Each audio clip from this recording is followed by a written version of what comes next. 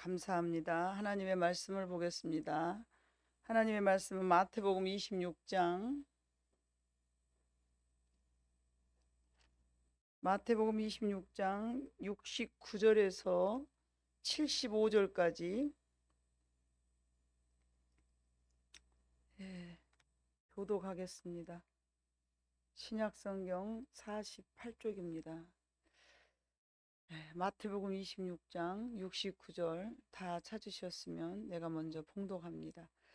베드로가 바깥 뜰에 앉았더니 한 여종이 나와 이르되 너도 갈릴리 사람 예수와 함께 있었도다 하거늘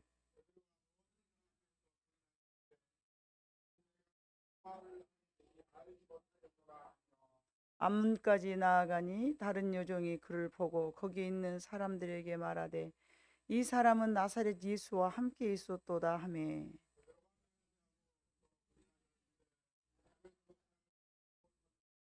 조금 후에 곁에 섰던 사람들이 나와 베드로에게 이르되 너도 진실로 그 도당이라 네 말소리가 너를 표명한다 하거늘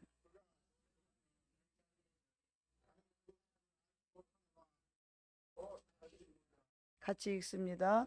이에 베드로가 예수의 말씀에 다굴기 전에 네가 3번 나를 부인하리라 하심이 생각나서 밖에 나가서 심히 통곡하니라. 아멘. 자, 많은 사람들을 만나서 제가 상담을 해보면 가족 간에도 형제 간에도 또 뭐 부모하고 자식 간에도 이게 좀 서로가 아니 제가 들어봤을 때 분명히 이들은 가족 간의 사랑이 보이는데 저는 사랑받지 못했어요. 이렇게 말을 하는 사람들이 종종 있었어요. 네. 그러면서 심지어 나는 누가 아무도 나를 도와주지 않았다. 우리 엄마는 나를 안 사랑하고 뭐 내 형제 누구를 사랑했다. 등의 마음이 내면 속에 자리 잡고 있습니다. 그것이 물론 사실인 경우도 있지요. 그러지만 그렇지 못한 경우들도 있었습니다. 그 이유는 스스로 인식하지 못한 경우가 있었다라는 얘기죠. 왜냐하면 자신들의 방법으로 사랑을 전해주지 않으니까. 사랑을 전하는 사람은 이런 모양으로 사랑을 해. 예를 들면 내가 그를 사랑하니까 뭐 예를 들어서 뭐 이렇게 원하는 방식으로 이렇게 요구하는 거죠. 더 훌륭하고 멋있는 사람 만들기 위해서 부모가 자식에게 내가 너를 사랑하니까 너는 공부를 많이 잘해야 돼. 내가 너를 사랑하니까 너는 그렇게 내가 실패했던 인생, 엄마나 아버지가 실패했던 인생 그런 거 하지 마. 그게 사랑의 어떤 그 마음이잖아요. 근데 자식들은 그렇게 생각하지 않죠. 나 이거 하고 싶은데 엄마는 이거 하라고 그러냐. 엄마는 내 마음을 몰라주네. 엄마 나를 안 사랑해. 아버지는 나를 안 사랑해. 그렇게 서로 왜곡되게 사랑의 방법을 느낀다라는 것이죠. 다른 방법으로 사랑을 하고 다른 방법으로 사랑을 요구하고 나는 사랑하기 때문에 이렇게 해줬는데 받는 입장에서는 그건 나에게 가혹한 요구사항이었다. 그게 무슨 사랑이냐. 만약에 가족 간에 사랑의 어떤 코드가 잘 맞았다면 그런 식으로 사랑이 표현되거나 또 받아들이는 입장에서 잘 못 왜곡되게 느껴지거나 그러지는 않았을 거예요. 그래서 그렇게 되면은 안타까운 상황이 일어나는데 사랑을 준 사람도 속상하고 또 받은 사람도 그걸 사랑으로 생각하지 않기 때문에 굉장히 안타깝습니다. 이런 일들이 비단 인간들의 관계에서만 있는 일이 아니라 인간과 하나님의 관계에서도 있습니다. 예수님은 하나님의 독생자 아들이십니다. 그 아들을 하나님께서는 우리 죄인들을 위하여 세상에 낮고 천한 인간의 모습으로 우리들을 위하여서 이 땅에서 33년간 동고동락하게 하시고 심지어는 그 우리의 모든 죄악을 담당하셔서 그분에게 모든 죄를 담당해 주셨어요. 그리고 하나님께서는 우리들에게 그 모든 나의 죄를 예수님이 담당하시고로 나는 죄인이 아닌 의인으로 살게 하나님께서 이제 이렇게 우리에게 은혜를 베푸셨죠. 그것은 하나님이 우리 인간에게 가장 큰 사랑입니다. 말로 할 수 없는 큰 사랑입니다. 근데 그러나 그것을 하나님의 크신 사랑으로 머리로는 느껴요. 성도들이.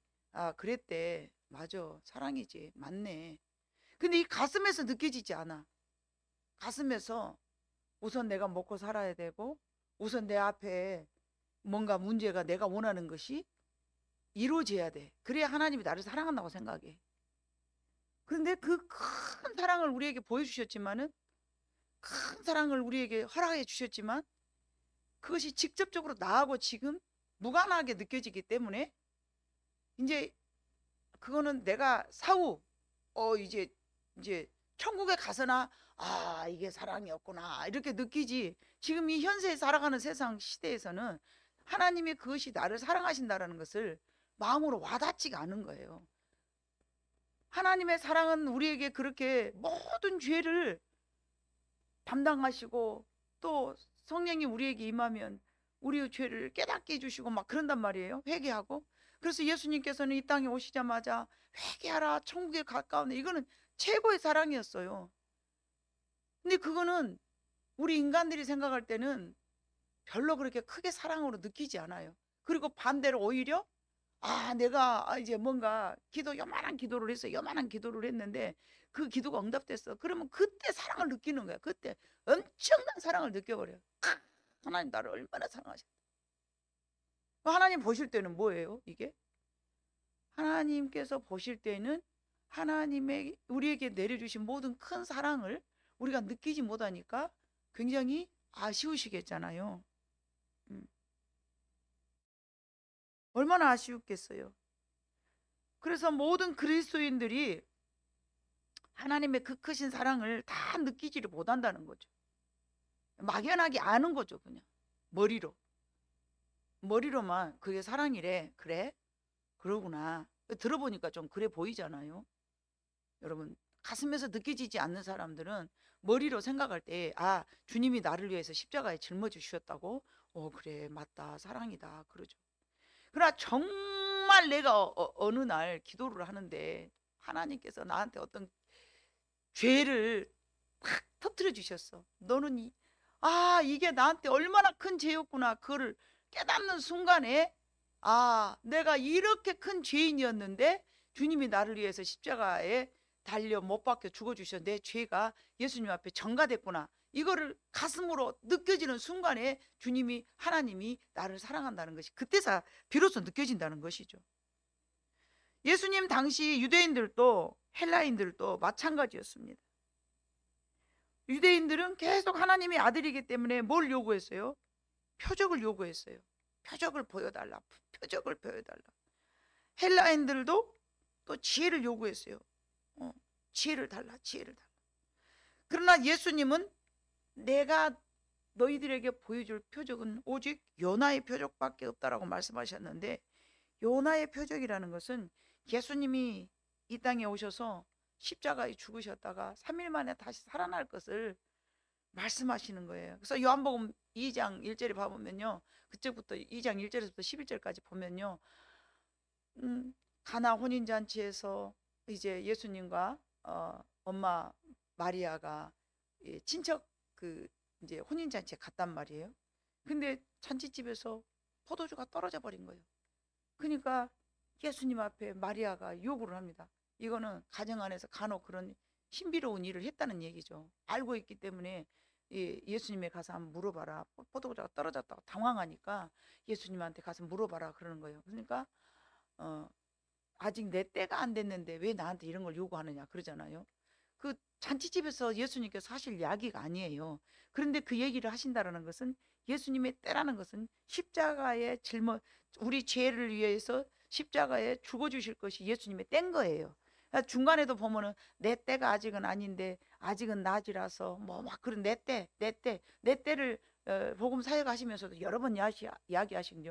예수님의 때라는 것은요, 뭐 나사로를 살리고 뭐 안진병을 일으키고 그런 기적을 말씀하시는 게 아니고, 예수님의 때라는 것은 오직 우리를 위해서 십자가에 못 박혀 죽은 거, 그 자체를 예수님의 사역으로 생각하시기 때문에 내 때라고 그렇게 말씀하시는 거예요.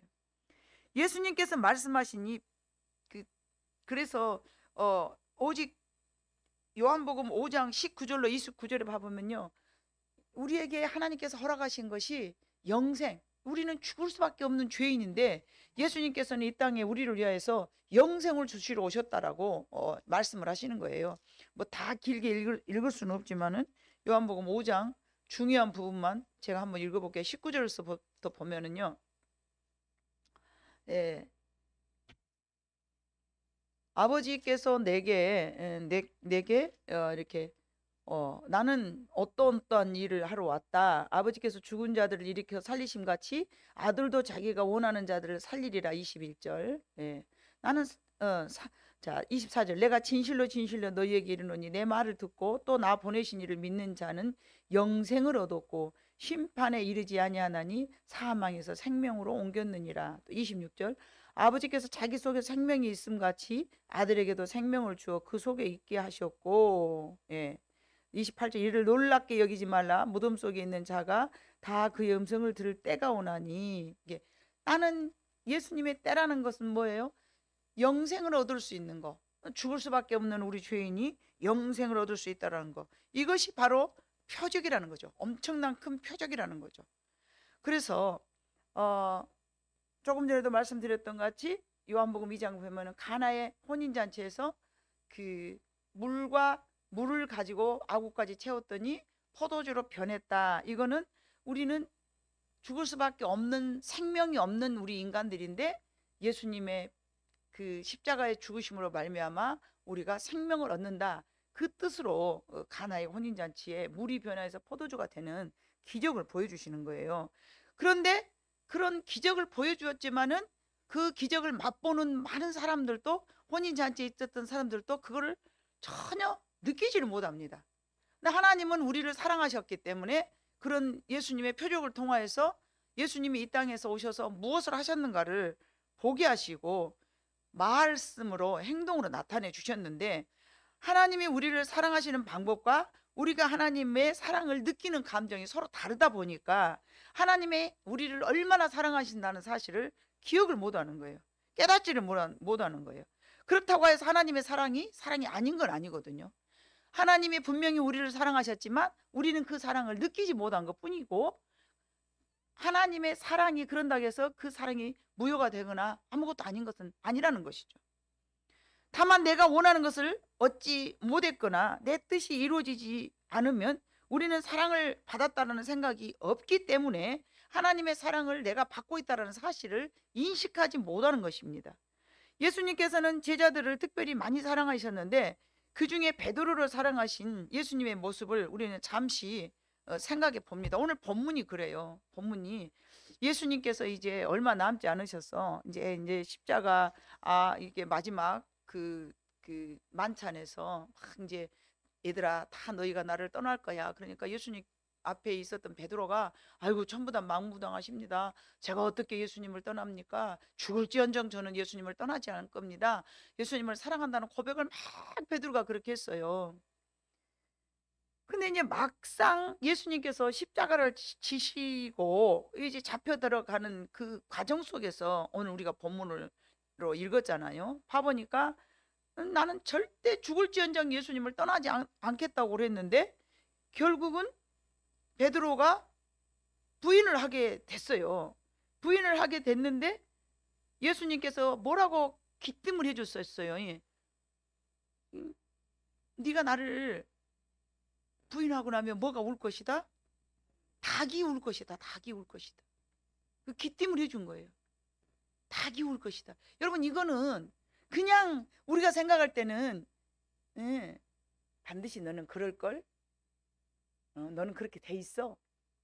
아마 너는 그렇게 될 거야. 이거를 예고하는 말로 듣지만 아니에요.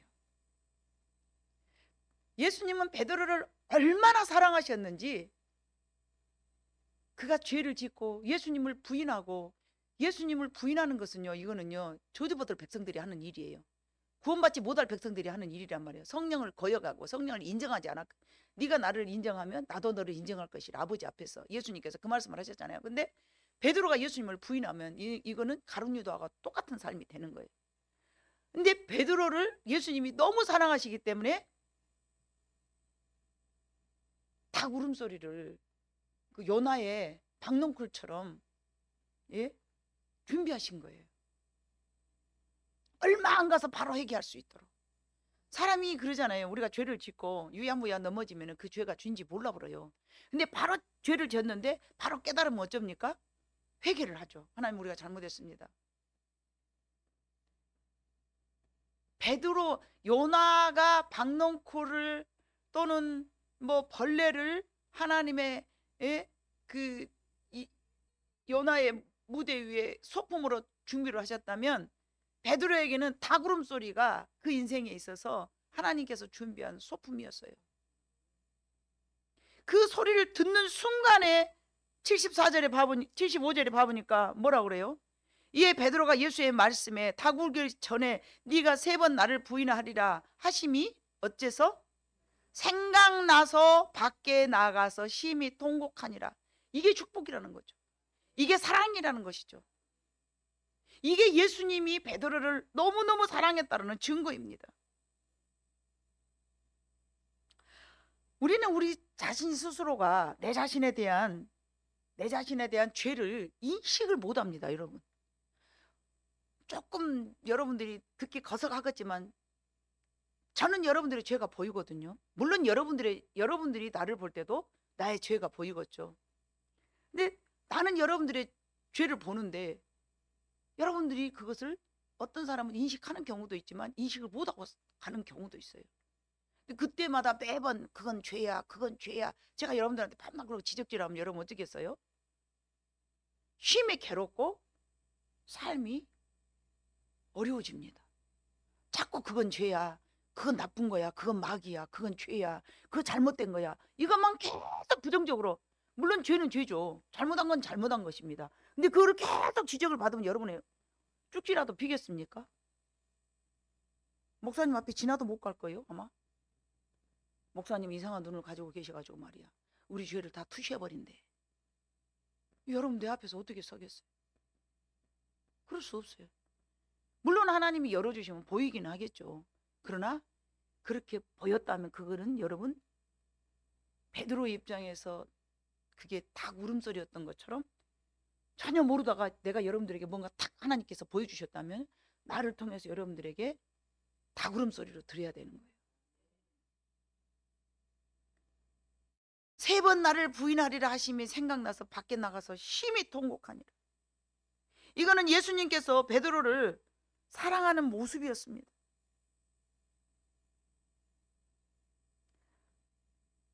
그것이 사랑이 아니면 본인이 어떤 허물이 있는지 깨닫지를 못하는 거예요. 누가복음 22장 31절로 32절 한번 봐볼까요, 여러분?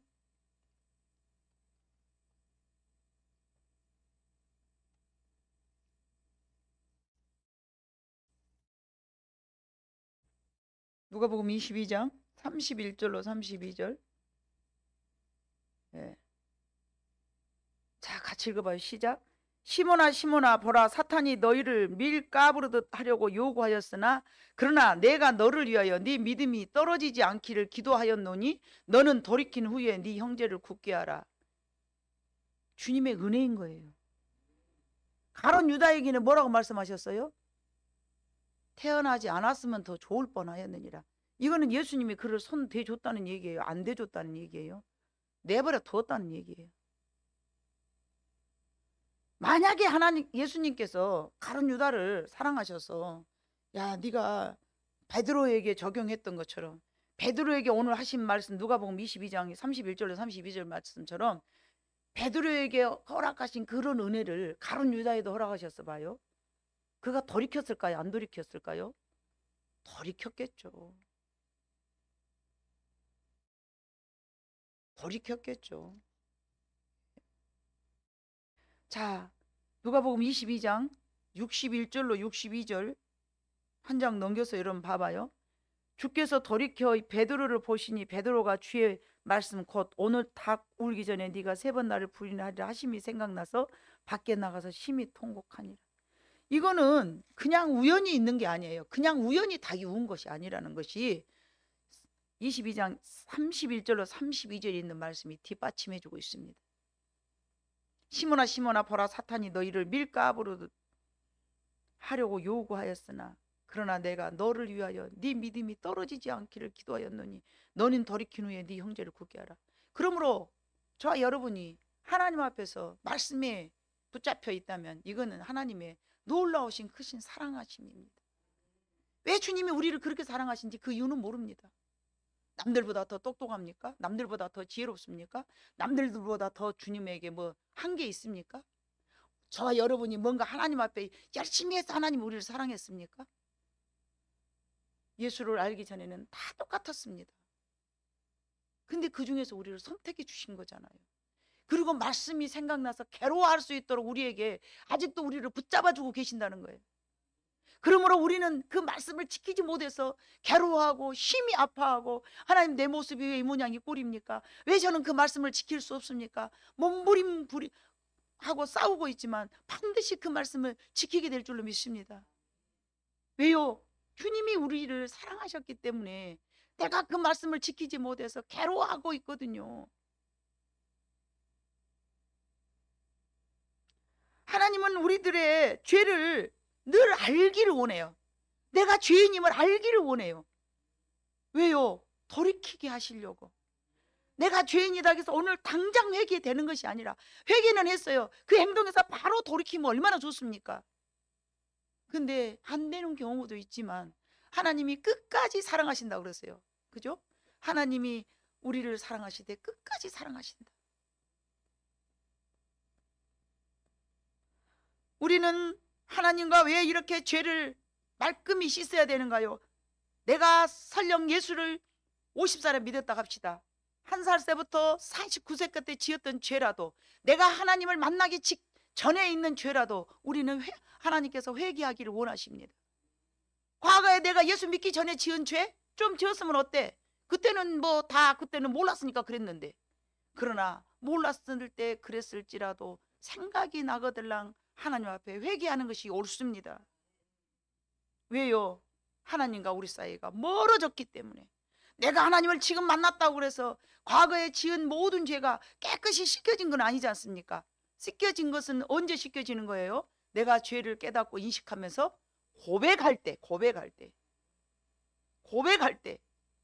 고백을 안 하고 그대로 묻어두면 어떻게 해요? 그냥 그 죄를 갖고 구원은 받지만 갖고 천국에 가는 거예요. 그리고 우리가 우리 스스로 하나님 나는 이런 죄를 졌습니다. 이런 죄를 졌습니다. 물론 내가 예수를 영접하고 성령으로 세례받고 하나님의 말씀대로 살아가고 하는 이 순간에도 우리는 죄인이기 때문에 죄를 짓습니다.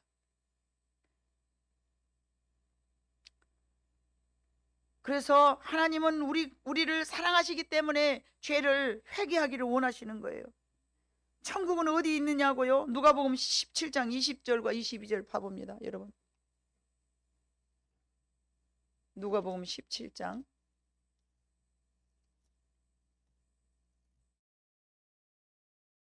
20절부터 22절 같이 읽어봐요. 시작.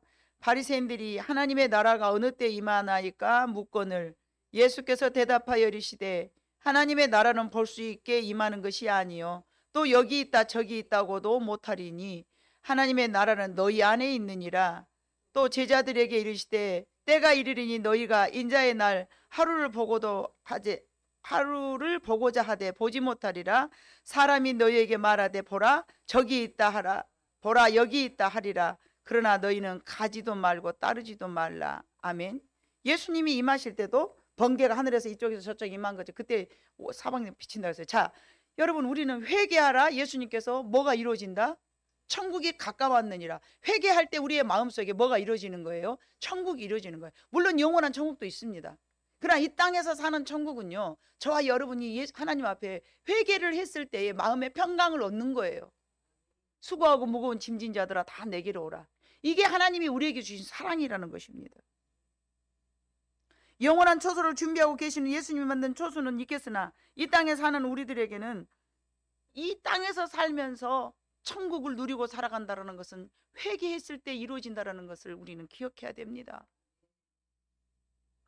그래서 예수님은 상삼복음의 말씀 첫 번째 말씀이 심령이 가난한 자는 천국이 저희 것이미요 그랬어요. 심령이 가난한다는 것은 뭘까요? 복잡한 심령이 아니고 근심과 염려 많이 있지 않고, 예? 욕심도 시기도 뭐 없이 어린아이와 같이 단순하니 아무것도 근심하지 않고 염려하지 않고, 예? 붕괴하지 않고 원한 맺지 않고 원수 맺어서 마음에 원통함을 갖고 있지 않고, 이게 심령이 가난한 사람이잖아요.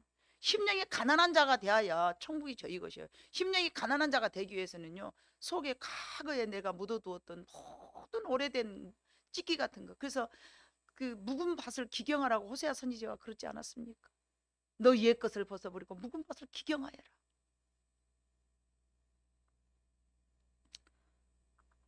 그래서 우리가 살아가는 이 세상은 완전한 평안이 없는 이유가 회개하지 않았기 때문에 그러는 거예요. 요한복음 7장 7절에도 보면요, 봐보니까 세상이 우리를 미워한다고 그랬어요. 세상이 너희를 미워하느냐? 그건 당연하게 여겨라. 나도 세상이 싫어했으니까 너희도 싫어할 것이다. 이게 뭐예요? 예수님께서 이 땅에 살아가는 동안에 사랑받지 못했다네. 세상이 너희를 미워하지 아니하되 나를 미워하나니 이는 내가 세상의 일들을 악하다고 증언함이니라. 예. 세상이 너희를 미워하지 않고 나를 미워한다.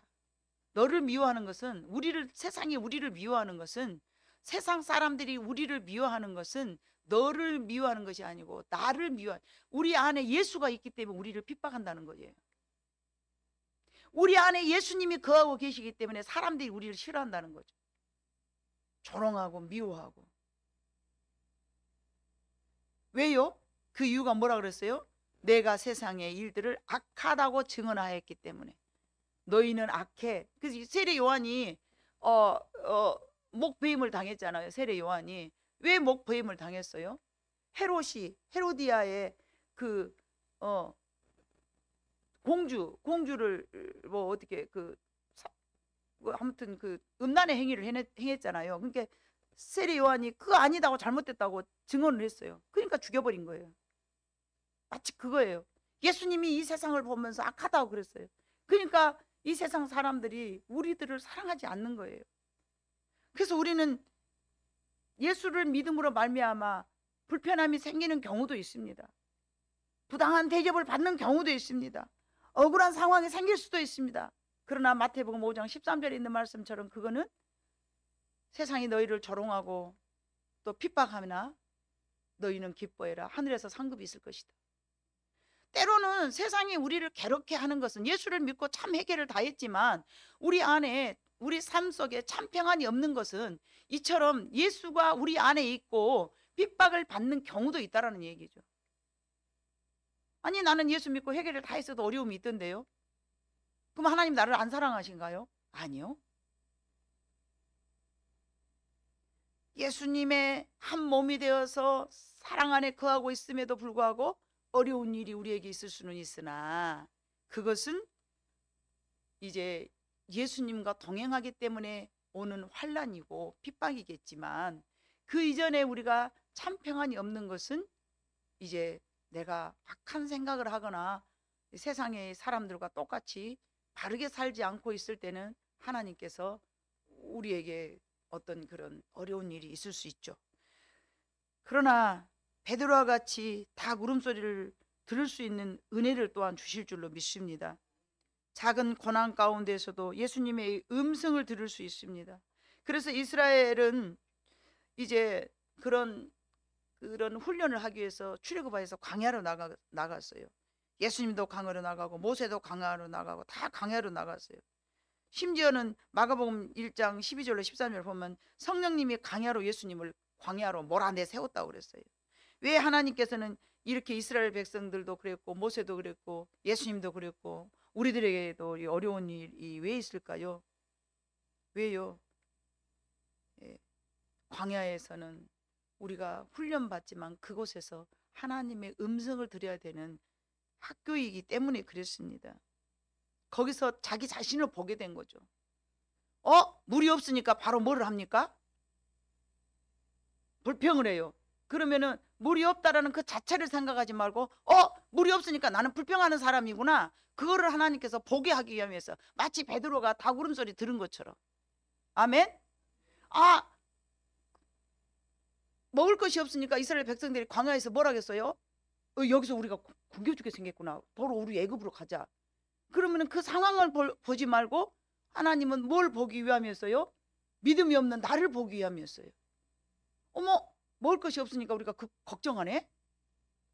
홍해를 가르시고 많은 기적을 나타내셨던 하나님을 금세 잊어버리고, 그래서 그 광야에서 뭘 봤냐면 자기 자신을 봤어야 됐어요. 이스라엘 백성들이. 오늘날에도 예수를 믿는 사람들이 어려운 일이 있을 때마다 자기 자신을 봐야 돼요. 돈 떨어지면 걱정되면 내가 믿음이 없구나, 이걸 봐야 되는데 왜 하나님은 나를 안 사랑하셔서 이렇게 통장에 돈이 없게 만들었습니까? 그럼 광야에서 사는 이스라엘 백성하고 똑같다는 얘기죠. 베드로에게 말해줬던 닭울음 소리가 아니라는 얘기죠. 여전히 지금 우리가 이 세상에 살아가는 이 세상에서 여전히 닭울음 소리로 하나님께서는 우리에게 깨우침을 주시는 거예요. 돈도 떨쳐보고 아파도 보게 만들고, 예? 두려움이 엄습해 오고 세상에서 막 그냥 하면서 왜 이렇게 내가 힘들지? 왜 이렇게 내가 힘든 거야? 그러면 두 가지로 봐야 된다니까요. 예수가 있기 때문에 세상에서 나를 핍박하는구나. 아니면은 내가 믿음이 없구나. 하나님을 내가 의지하지 않구나. 이런 두 가지 종류로 우리를 검토해 봐야 된다는 것입니다. 예. 광야에서 뭐를 하게 만들었냐면 다니엘서 10장 12절에 보니까 겸비케 하였다 그랬어요. 예. 만들어 간다는 얘기죠. 베드로에게 닭울음 소리는 예수님의 사랑이었습니다. 깨닫게 하기 위함이었습니다. 현재 우리들의 환경 속에서도 어려운 상황이 생겼을 때에 자기 자신을 뒤돌아볼 수 있는 많은 깨달음이 있습니다. 근데 그 깨달음을 깨달음으로 느끼지 아니하고 하나님이 나를 내 방법대로 사랑 안 했으니까 하나님 나를 사랑하지 않는다, 그렇게 우리는 생각하고 사는 경우가 종종 있다는 얘기입니다. 왜요? 하나님의 사랑의 방법과 우리들이 원하는 사랑은 서로 다르기 때문에 그렇습니다. 이스라엘이 광야는 혹독함이었다고 생각하고 불평하고 불평을 일삼으면서 살았지만 우리는 그곳에서 물이 없을 때 두려워하는 내 모습, 여전히 우리도 광야입니다. 물이 없을 때 목말라 하면서 불평하고 원망하는 이런 모습, 저런 모습, 이런 모습, 이런 모습을 보면서 하나님이 나를 안 사랑한다고 생각할 수밖에 없는 우리들은 안 사랑한 것이 아니라 그 모든 환경들이 베드로의 닭울음 소리를 우리는 들려야 되는 거예요. 예수님은 우리를 너무나 잘 아십니다. 요한복음 2장 24절로 25절처럼 우리가 원하는 그것은 결코 생명이 아니에요. 우리가 원하는 것은 생명이 아니고 뭡니까? 이 땅에서 먹고 썩어져갈 것들에 대해서 연연해하면서 그냥 죽을 걸로 생각하는. 그러나 예수님은 우리가 만약에 죄를 지었으면은 팔 하나 없어라도 천국 가는 것이 좋고, 눈 하나 잘라버리고 천국 가는 것이 좋고, 발 하나 없어지더라도 천국 가는 것이 좋다라고 말씀하셨어요. 근데 우리는 그러지 않아요. 팔이 아프면 팔 그럼 다 고쳐갖고 이 땅에서 잘 먹고 잘 살기 원하고, 눈 한쪽 실명, 죄를 지었을 때는 눈을 뽑아버릴 정도로 그렇게 자기 자신에 대해서 가혹하라는 얘기예요, 하나님께서. 근데 우리는 안 그러잖아요. 다른 사람의 죄를 지면 막 잣대질하면서 자기 지은 죄는요, 예? 너무 너그럽잖아요. 성령님이 우리로 하여금 반드시 그 광야에서 뭔가 잘못하면서 내가 깨달으면서 선한 길로 가기를 원하시는 거죠. 선한 길로 하나님께서는 지금도 계속 우리를 인도하시는 거예요. 근데 악한 우리는 항상 악한 길로만 가려고 그러잖아요. 사랑하는 성도 여러분, 우리들은 예수님의 사랑을 너무 많이 받았습니다. 그런데 아직도 그 사랑을 못 느낀다면 그거는 내가 문제가 있는 것입니다. 하나님이 문제가 있는 게 아니고요, 내가 문제가 있는 거예요. 어떤 경우에서도 예수님은 우리들을 버리시지 않습니다. 다윗의 인생이 굉장히 우리는 잘 살았고 훌륭한 성공한 인생이라고 우리는 말합니다. 왜 그랬을까요? 그는 끝까지 하나님의 말씀대로 살았기 때문에 그렇습니다. 어떤 상황이라도 그가 변질되지 않았기 때문에 다윗은 훌륭한 왕이라고 우리가 그렇게 말하고 있습니다. 사랑을 많이 받은 다윗이 한없이 우리가 생각한 것처럼 좋은 일만 호사담아 있었습니까? 아닙니다. 40년 동안 사울 왕에게 쫓김을 당했습니다. 그래서 광야에서 목숨을 연명하려고 그 하나님의 말씀에 순종하기 위해서 기름 부은 자의 하나님의 종에게 손을 대지 않으려고 그 말씀 하나를 지키려고 40년간을 쫓겨다니는 거예요. 1년도 아니고 4년도 아니고 40년. 얼마나 이 정도 달아보셨으면 하나님 테스트 끝났을 정도는 돼야 되지 않아요? 그러나 하나님의 방법은 그게 아니었어요. 그 가운데서도 하나님께서는 다윗을 용맹한 사람으로 만들어간 것처럼 저와 여러분에게도 항상 어려운 환경 속에서 시달리면서 그것만 있는 게 아니에요. 그 과정을 통해서 만들어져 가는 것이 있어요. 근데 그거는 우리는 인식하지 못하고 보지를 못한 거죠. 그래서 다윗이 40년 동안 광야 생활을 쫓겨다니면서 광야 생활을 했잖아요. 근데 그거를 다윗이 쫓기는 순간에 이것이 사랑이라고 느꼈겠습니까? 왜 하나님 유독 나한테만 이러십니까? 끝도 갓도 없이 저 사울은 왜 나를 이렇게 죽이려고 그럴까요? 사울이야 왕이시여 왜 이 개 같은 나를 쫓아다니십니까? 나는 기름 부은 종의 옷자락을 자르고도 이렇게 괴로워합니다. 얼마나 자기의 그 심령을 다 털어놨어요. 그럼에도 불구하고 미친놈처럼 또 쫓아다니는 거예요. 많은 병사들 이끌고 다윗을 하나 죽이려고 400명 600명씩 끌고 다니면서 40년간이나 그랬다니까요. 호사 담아했습니까? 그 인생이 항상 실크로드처럼 막 좋은 일만 있었습니까? 아니었어요. 아니었습니다. 다윗의 인생도 결코 만만치는 않았습니다. 그것이 인생입니다. 그러나 그 인생을 보고 다윗의 인생을 보고 성공하였다고 그러지 실패한 사람이라고 말하지 않습니다. 예수님의 사랑을 우리는 진심으로 깨닫기를 원합니다. 하나님의 진실된 사랑을 우리가 깨닫기를 원합니다. 우리 방식으로 사랑 안 해준다고, 사랑 안 했다라고, 하나님은 나를 사랑한 것 같지도 않다고, 왜 유독 나에게만 이러는 혹독함이 있냐고. 여러분의 말이 아닙니다. 제 말입니다. 저도 그랬습니다. 하나님이 왜 유독 나한테만 이러실까? 하나님이 유독 나한테만 왜 이렇게 혹독하실까? 너무 많이 그랬습니다. 그러나 어느 날 내가 순간순간 죄가 어떤 죄인이 한꺼번에 막 죄가 와르르 이것도 죄고 저것도 이렇게 안 오잖아요. 멀쩡하게 나는 다 멀쩡한 줄 알았는데 어느 날 봐보니까 하나님께서 너 이거 죄요. 그거 베드로처럼 칵 집어주시면 아주 뒹굴뒹굴 울잖아요. 하나님 맞아요. 나는 죄인이에요. 이런 괴수 죄인이 없습니다. 그때는 하나님이 나를 용서해 주시라고 내가 내 죄를 십자가 앞에 내 죄를 담당하시려고 십자가에 그렇게 몸버려 죽어주셨다고 너무 감사하다고 막 이런 나의 죄를 씻어주셨냐고 막 너무 감사하다고 울잖아요. 근데 그것이 끝나고 또 조금 이렇게 또 어려워지면 하나님 제가 너무 힘들어요 막 그러잖아요. 어찌됐든 저와 여러분은 예수님의 사랑을 우리 삶 속에서 매일매일 느끼시기를 원합니다. 이것도 하나님의 사랑이로구나. 내가 비록 어렵지만 선한 길로 인도하시기 위해서 나를 죄인으로 그대로 내어버려 두시지 아니하시고 늘 베드로처럼 나의 죄를 깨닫게 하시고 알게 하시고 토설하게 하시니 이게 하나님의 사랑이로구나. 그런 마음을 여러분들이 갖기를 원합니다. 베드로가 처음에는 통곡을 하고 울었을 때 얼마나 창피했겠습니까? 얼마나 죄송했겠습니까? 그가 말로 할 수 없이 주님 앞에 부끄러웠겠죠. 근데 여러분 아세요? 정말로 내가 죄인임을 깨달을 때는 얼굴을 들 수 없을 만큼 창피해요. 하나님, 제가 너무 큰 죄를 졌습니다. 너무너무 큰 죄를 졌습니다. 근데요, 그 죄를 깨닫는 것은요, 하나님의 은총이고 사랑이고 은혜라는 얘기입니다.